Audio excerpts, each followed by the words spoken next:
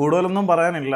ഈ സീസണും പെട്ടി കയറിയിട്ടുണ്ട്. ഇതോടുകൂടി എല്ലാം അവസാനിച്ചു എന്ന് പറയുന്നതായിരിക്കും കൂടുതൽ ശരി.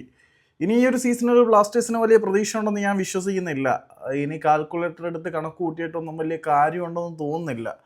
ഇന്നും കൂടി തോറ്റതോടുകൂടി ഏതാണ്ട് സമ്പൂർണ്ണമായിട്ടുണ്ട്. രണ്ടാമത്തെ പകുതിയിൽ സെക്കൻഡ് ഹാഫിൽ ഹിജാസിയുടെ ഒരു ഗോൾ വന്നു. അതിനുശേഷം ഡാനിഷ് ഫൊറോഖട്ടിലൂടെ നമ്മളൊന്ന് തിരിച്ചടിച്ചെങ്കിൽ പോലും എക്സ്ക്യൂസ് പറയുന്നതല്ല. കേരള ബ്ലാസ്റ്റേഴ്സിൻ്റെ ഈ ഒരു പരാജയം ഒരു ഗോൾ നമ്മൾ തിരിച്ചടിച്ചത് കൊണ്ട് വേണമെങ്കിൽ റഫറിയുടെ തലയിൽ കെട്ടിവെച്ച് കൊടുക്കാം. കാരണം ഗെയിം ചേഞ്ചിങ് മൊമെൻറ്റ്സ് ആവശ്യത്തിനുണ്ടായിരുന്നു. അഡ്രിയാൻ ലൂണെ പിന്നിൽ നിന്ന് പുഷ് ചെയ്തത് ഒരു ഷോട്ട് ഗോൾ ചാൻസ് ആയിരുന്നു.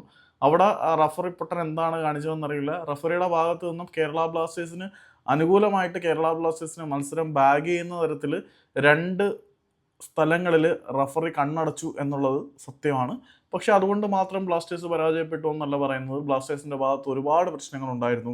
മുന്നിലേക്ക് കൃത്യമായിട്ട് പന്ത് സപ്ലൈ ചെയ്യപ്പെടുന്നില്ല, പ്രതിരോധ നിരയുടെ ഓട്ട വെച്ച പ്രകടനം, പിന്നെ പതിവ് പോലെ സച്ചിൻ സുരേഷിൻ്റെ കയ്യിൽ സോപ്പിട്ടിട്ട് എണ്ണം വന്ന് പന്ത് കയ്യിൽ നിന്ന് വഴുതി പോകുന്ന പ്രകടനം, പ്രതിരോധ നിര ക്ലൂലെസ് ആവുന്നു, മധ്യനിരയ്ക്ക് ക്രിയേറ്റീവായിട്ട് പന്തുകൾ പെനട്രേറ്റ് ചെയ്ത് മുന്നിലേക്ക് കൊടുക്കാൻ പറ്റുന്നില്ല. മുന്നേറ്റ നിരയെ ഞാൻ കൂടുതൽ കുറ്റമൊന്നും പറയുന്നില്ല. അവർക്ക് ആവശ്യത്തിന് പന്ത് കിട്ടാതെ അവരെന്ത് തേങ്ങ ചെയ്യാനാ. പിന്നെ രണ്ടാമത്തെ പകുതിയിൽ തോമസ് അണ്ണൻ മിലോസിനെ പിൻവലിച്ചിട്ട് പെപ്ര ഇറക്കിയത് നന്നായി എന്ന് തോന്നുന്നുണ്ട്. കാരണം മിലോസ് അവിടെ ഉള്ളതും ഇല്ലാത്തതും എല്ലാം കണക്കാണ്. ഇവൻ എന്തിനാണ് കോൺട്രാക്ട് എക്സ്റ്റെൻഡ് ചെയ്ത് കൊടുത്തത് എന്ന് എനിക്കിപ്പോഴും മനസ്സിലായിട്ടില്ല. പിന്നെ ബാക്കിയുള്ള ഘടകങ്ങൾ നോക്കുകയാണെങ്കിൽ കോറോയെ വലിച്ചതുകൊണ്ട് മത്സരത്തിൽ ഇൻസ്റ്റൻറ്റ് ഇമ്പാക്റ്റ് ഒന്നും ഉണ്ടായില്ല എന്നുള്ളതാണ് എടുത്തു പറയേണ്ടത്. കൂടുതൽ ഇന്നത്തെ മത്സരത്തിനെ കുറിച്ച് തള്ളി മറിക്കാനൊന്നുമല്ല, ഇല്ല തള്ളാനൊന്നുമില്ല, അതുകൊണ്ട് തള്ളുന്നില്ലെന്നുള്ളൂ. അല്ലെങ്കിൽ ഞാൻ നന്നായിട്ട് തള്ളായിരുന്നു. ഇനി പോസ്റ്റ് മാച്ച് ടോക്കിൽ വിദഗ്ധർ എന്താണ് പറയുന്നതെന്ന് ഞാൻ നോക്കിയിട്ട് എന്തെങ്കിലും ഉണ്ടെങ്കിൽ ഒന്ന് വീഡിയോ ചെയ്യാം.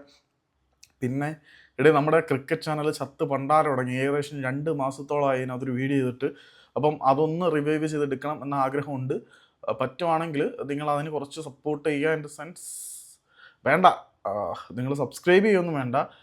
അതിനകത്തിരുന്ന വീഡിയോയെക്കുറിച്ച് നിങ്ങളുടെ അഭിപ്രായം എന്താണ്, അല്ലെങ്കിൽ ചെയ്യാനുള്ള ടോപ്പിക് എന്തൊക്കെയാണ് എന്നൊന്ന് പറഞ്ഞു തന്നാൽ വളരെ ഉപകാരമായിരുന്നു.